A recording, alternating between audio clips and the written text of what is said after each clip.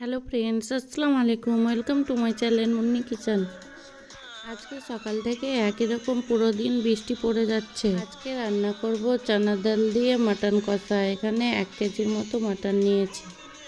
1 cup চানা ডাল ভালোভাবে 2-3 বার জল দিয়ে ধুয়ে নিয়েছি। এবার একটা কড়াইয়ের মধ্যে সরিষার তেল দিয়ে দেব। এবার তেজপাতা, গোটা গরম মশলা দিয়ে দেব। তেজপাতা গরম মশলাটা একটু ভাজার পরে 5টা পেঁয়াজ কুচি দিয়ে দেব। পেঁয়াজগুলো গোল্ডেন ব্রাউন কালার হয়ে গেছে। এবার আদা রসুন কাঁচা লঙ্কা বাটা 3 চামচ দিয়ে দেব।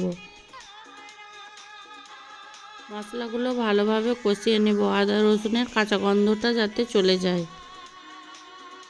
এবার 2টো টমেটো কুচি দিয়ে দেব। টমেটোগুলো একটু সফট হলে স্বাদ মতো লবণ, 1 চামচ ধনে গুঁড়ো, 1 চামচ জিরে গুঁড়ো, 1 চামচ কাশ্মীরি লঙ্কা গুঁড়ো দিয়ে দেব।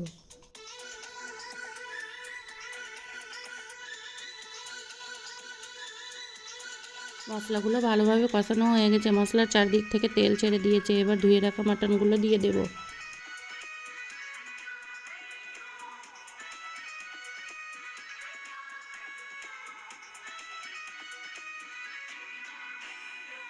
মাটনগুলো ভালোভাবে কষিয়ে নেব যতক্ষণ পর্যন্ত মাটন থেকে বের হওয়া জলগুলো শুকিয়ে না যায়।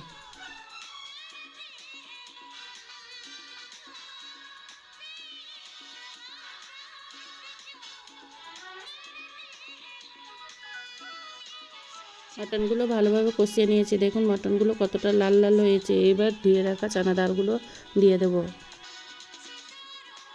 মাটন চানা ডাল সিদ্ধ হতে একটু টাইম লাগে, তার জন্য আমি প্রেসার কুকারে দিয়ে দিয়েছি। আপনারা চাইলে কড়াইয়ে সিদ্ধ করতে পারেন। প্রেসার কুকারের মধ্যে 1 গ্লাস জল দিয়ে ভালোভাবে তলাটা নেড়ে চেড়ে 4 সিটি দিয়ে দেব।